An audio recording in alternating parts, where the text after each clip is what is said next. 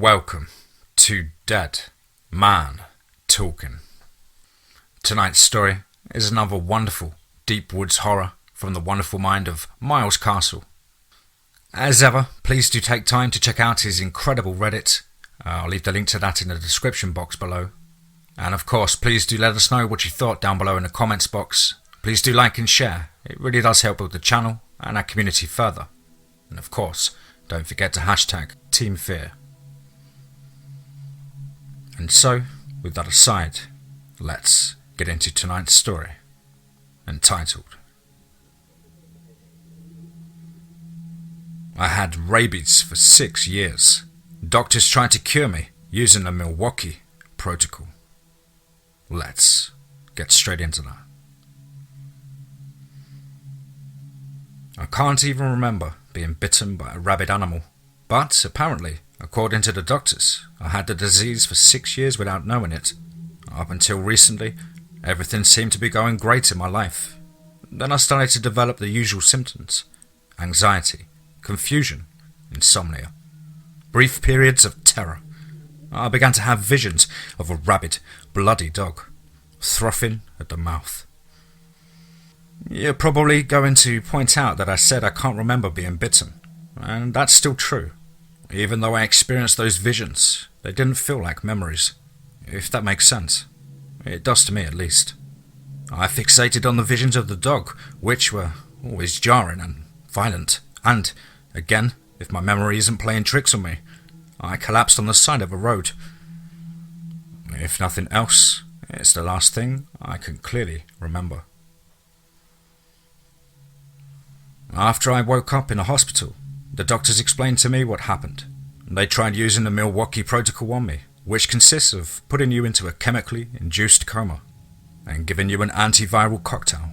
It's been proven ineffective, but they considered it my only chance at survival. Clearly, I did survive. The doctors couldn't confirm if the treatment itself helped, but in my mind, it didn't really matter. I was alive. In that moment, it was the only thing important. I was released from the hospital, but my family was supposed to monitor me for any suspicious symptoms. When I asked the reason for the caution, the medical team seemed to deflect my questions. I tried not to focus too much on it initially, but my thoughts were on their warnings on the ride home, and the dog, too, of course. During the coma, I had very vivid visions of the bloody dog, frothy jaws biting my arm. Logically, I dismissed it as something closer to a hallucination. For one thing, if the dog had bitten my arm, I would have obviously seen the bloody gash on it, which would have prompted me to seek medical attention. The suspicions of the doctors kept popping up in my mind as a possible explanation, but there were massive pieces of the puzzle still missing. After recuperating for a couple of days, I decided to go for a walk around my town. My parents were clearly worried, but the town I live in is fairly small, and most people would know that I was hospitalized. If something happened, one of them would help. I was feeling a bit like a shut-in and kept pushing it until they relented. I had a specific goal in mind that I didn't tell them, though. I wanted to explore more of that country road that had so haunted my visions. If nothing else, it would remove any doubt I had that the visions were just that, a product of a diseased mind, and nothing more. I walked about a mile out of town. A few of the cars stopped, and people I knew asked if I was alright and if they should call my parents. I said no. I was feeling just fine, putting on my best civilized smile. I told them I just wanted to go to the convenience store down the road, and that my parents were running an errand, and so I didn't have a car. Honestly, I couldn't tell if any of them bought that excuse, but they returned my civilized smile and drove off, giving me a mildly suspicious looks. I stopped once I reached a spot in the road that dominated my mind. I combed it carefully, pacing and trying to look for anything that would stand out. My search led me a little further into the woods, and at one point I became confused because I wasn't sure exactly what I was looking for. Panic began to mount, and that's when I saw it. The bloody dog frothing at the mouth. I wondered for a flash of a second how it survived out here for so long, because based on when I started having the visions, it should have been long dead. I thought the same thing of myself. I should have been dead as well, but somehow I survived. The dog took off, and after a moment's hesitation, I sprinted after it, darting through the trees and almost tripping multiple times. I actually did trip once, falling and bumping my head against a rock. When I came to, an old man stood above me, a deeply irritable expression on his face. "You again?" he said, voice tearing through the woods and coming back to my ears like a boomerang. "At least you're not dressed in a hospital gown, like last time." Apparently, I had been here during the time I was supposed to be in my coma. For part of it, anyway. "I feel like I've been here more than once," I said, my voice low for some reason. I rubbed my extremely tender head and winced. "That you have, boy. Irritated me each time," the old man replied. He extended a hand and helped me off the ground. "Guess you couldn't resist the call of these woods. You keep coming back. Last time, you kept asking about my dog, Charlie. I know he gave you the frothy mouth, but I ain't gonna tell anyone. And if animal control comes sniffing around, I'll put him in the cellar until they go away. Charlie didn't do anything wrong, except get bit by that thing. It hasn't done you harm, though. See? You're walking around, talking straight. You're of sound mind and body." "The thing?" I repeated. The old man yelled and rolled his eyes. "You're not content with vague explanations. Fine, I'll take you to where I found the thing. It's a cave not far from here." The old man stretched his back, picked up his walking stick from the ground. Charlie growled at me and frothed at the mouth. I still marvelled how the dog and me survived even after the clear onset of symptoms. We walked for about a mile, and the ground was muddy from all the melted snow. "You know what? I wasn't sure if you were going to make it when you first came into these woods and Charlie bit you. I figured Charlie was just a special case. But I just took you to my cabin, cleaned you up, and the wound, it healed within minutes. Strangest thing I ever saw, aside from Charlie frothing at the mouth every day, that is." It was absurd, but the fact that the wound had healed so quickly made my visions of the bloody dog make sense. I had been bitten, and it would make sense that the curious version of the rabies that infected me might adapt to hide its presence. We stood at the foot of a cave near a slow-moving stream. The cave itself was nothing special. The opening was narrow, and the old man and I had to squeeze our way through. We were in a very narrow tunnel which eventually opened up into a small cavern. "This is where I found the beast, the thing that bit Charlie," the old man explained, adjusting his flashlight. His facial expression went from despondent to especially sour, and I couldn't pinpoint the reason why. There was a small hole in the wall, enough for a decent-sized animal to fit through. My eyes fixed on it for a moment, and then they drifted to a human shape slumped against the cavern wall to my left. It took me a minute for my perception to organize the information. I screamed when I realized I was looking at a skeleton. "Calm down. That skeleton's been here well before you came into these woods. Years and years." Once the pounding in my chest subsided, I knew the old man was right. It was just a dumb skeleton. I knelt beside it, not sure what I would find. My feet bumped against something which felt like a book. I picked it up, and even though the old man shone the flashlight on the pages, I quickly grew frustrated and closed it. And then a pair of yellow eyes peered through that small hole, and I heard a growling. A snout filled with jagged teeth, and some of them looking crooked, emerged from the hole. The rest of the thing slithered through the opening, and the beast's body was long and thin, almost snake-like. At the same time, its size seemed intimidating. The old man yelled and made for the exit. I gave a terrified shriek and followed, and for some reason holding on to the small book. Once outside, I quickly caught up with the old man since he used a walking stick. We were both close to the road before we slowed down. It took him several minutes to catch his breath, and he leaned on his walking stick almost painfully. "That beast has always been here, as long as I can remember. My dad, Alan, I always call my dad Alan. He taught me to be watchful of that place. Still, I couldn't help but explore the cave once, long after he had died. And that's when Charlie got bit. I was surprised the old man didn't bring up the book, and I had enough forethought to place it in my back pocket after we exited the cave. I'm not sure what compelled me to do so, but I did. I told the old man that it was getting late and that my parents would be getting worried about me. I said I would head back into town, and the old man pointed to his right, past the crescent of the trees. "If you ever need me, I'll be just past those trees, just a little beyond them." The old man gave me a crooked smile, and I left, walking back down that road. The sun was setting, causing me to hold one hand over my eye. About halfway home, I saw my dad's red truck come speeding towards me. He looked angry, and the reason was obvious. As I got in, he yelled at me. He told me I had him and my mother worried sick. I just took my scolding. I had other, more important things on my mind. I actually had a few questions for my dad. I asked him what the medical team meant when they said to watch out for residual symptoms, and my dad hesitated. "You snuck out the hospital, son. No one knows why or how you did it. You were supposed to be in a coma, and you were. The doctors checked you out during the daytime, and you were unresponsive. Somehow, you managed to slip out at night. We even had windows locked from the outside, and you still walked through the front doors of the hospital like nothing happened." That's all my dad would tell me, and afterward, once we got home, I just said I was tired and went to my room. My mom wouldn't even look at me. She was so upset. All I wanted to do was read that book I had found in the cave. And it didn't disappoint. In a way, it left more questions than answers, but it illuminated many things.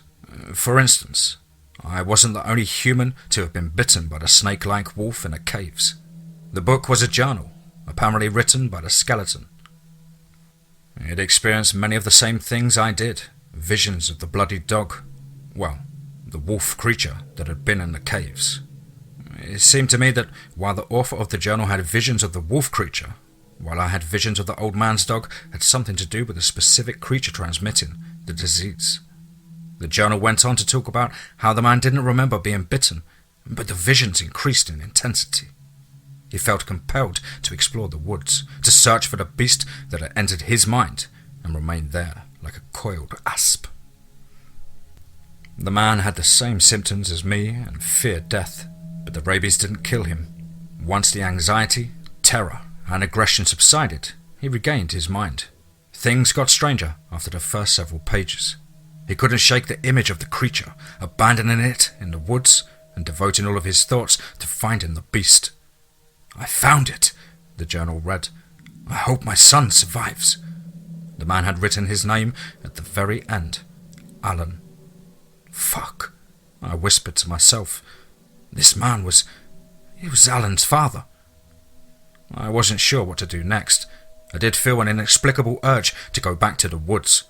Images of the old man's dog kept popping up into my head, but I ignored them for the larger picture. I needed to find out more about the beast, the wolf with the snake-like body. I didn't want to go back to the woods just yet. Not the same day after my parents scolded me. I had to let things cool down a bit. As soon as I woke up the next morning, I made as if I was going to school. I took a side road and I made my way back to the hospital where I had recently stayed. I hoped the doctor who treated me was around, or even some of the staff. I needed to know what happened during the nights I was hospitalized. I had been there for quite some time. I found a parking space, but idled for a moment as one important question popped up into my head. If Charlie had been bitten, then why hadn't the old man I had met in the woods? It also occurred to me that I hadn't found a lucid explanation for why I had been in the woods 6 years ago. It could have been an innocuous thing. Maybe I was with a friend.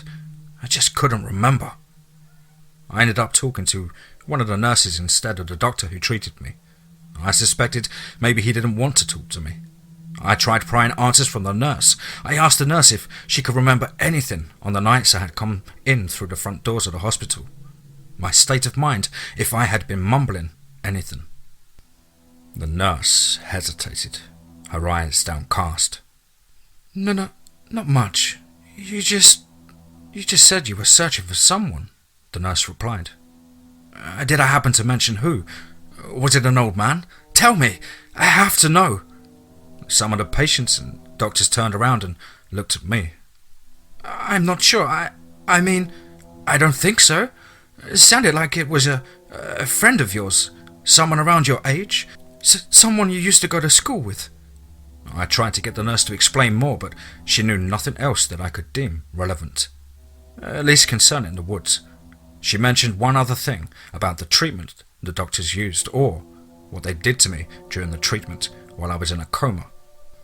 Apparently, I had a never-before-seen form of rabies. That part I already knew, but I had no idea they were experimenting on me during the treatment. It explained why they wanted an update on any residual symptoms. "Do my parents know?" I asked. I've already said too much. Just know this. You are most likely being watched," the nurse whispered and left, looking over her shoulder. I left the hospital and drove to the woods, parking at a diner up the road and in between two cars so that it wouldn't be noticeable. I didn't exit the car right away because my mind was besieged with questions. Why would my parents allow me to be experimented on during the treatment?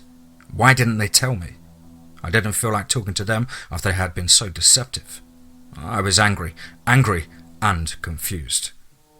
The visions emerged again, and this time of Charlie and someone around my age. A woman. Charlie lunged at her and killed her in a bloody fashion. The old man just stood there. "Sarah," I said to myself involuntarily. I had only been bitten by Charlie. Sarah had been lengthily mauled by the thing. The anger bubbled up in my mind. I had to do something. I looked around. I was next to a cop car. No one inside. I got out, glanced in all directions, making sure the cop wasn't coming back to his car. I pulled out the shotgun from the back seat and hurried into the woods behind the diner. It took me over an hour before I found the old man's cabin. Charlie was just sitting there, frothing at the mouth, staring at my gun. The old man was chopping wood on a stump near the cabin. Eventually, he turned around and noticed me. He brandished the axe and smiled, walking over to me. "I don't believe I've got your name," I said. "I'd like to know the name of the man I'm going to shoot." The old man smiled, and for the first time I noticed that he had several teeth missing. "Harvey," the old man said, spitting onto the ground. "Guess you finally remembered, huh? You're going to spend the rest of your life behind bars because of revenge?" He held up his hands. Then I heard Charlie growling behind me. I turned around and stared at his frothy mouth and beady, darkly aggressive eyes. I wondered why the dog retained its aggressiveness, since mine waned and I had become civilized again. Maybe it had always been that way. Charlie took several steps forward, growling. It lunged and I fired the shotgun, the harsh sound reverberating through the woods. Charlie lay dead on the ground, but I couldn't dwell on the fact that I had just killed him. I had bigger fish to fry. I did my best to navigate the woods, looking for the stream and following it to the cave the old man, Harvey, had shown me. Inside the cave, I couldn't see anything until the glowing eyes of the wolf creature emerged from the small opening like before. And then I could see Harvey's bloodied body on the ground, eyes vacant yet somehow still disturbed. As soon as I saw the snake-like body of the wolf emerge in its entirety, I panicked. I ran back through the narrow tunnel, alongside the stream and through the woods. The cop car beside mine had left, and I wondered if they even noticed the shotgun had been stolen from their back seat. I left it in that cave, hoping no one would ever find it. And I drove home in a daze. My parents didn't find out what I was doing, and I didn't want to let them know that I knew about my coma experiments. I still found that very fucking weird. Sleepwalking at night and then getting back into the hospital bed and slipping back into the coma. In my room, I tried to shake off the harrowing events. I hoped the cops wouldn't find the dead dog in the woods, but my guess was that they wouldn't investigate its death too much, seeing as how its owner wouldn't report it. And then I glimpsed the yellow wolf's eyes from my closet. It just sat there, frothing at the mouth. I wasn't sure how it got in there without my parents noticing. I've had many encounters with the wolf creature since then. And it's telling me through MindSpeak to go to the hospital and to erase the reports on the experiments the doctors conducted on me, and to remove the blood samples. I've asked it once what would happen to me if I didn't obey, and it told me I didn't want to know. I thought of myself as a brave man, considering what I did in the woods that day. But this creature, it still terrifies me like nothing else.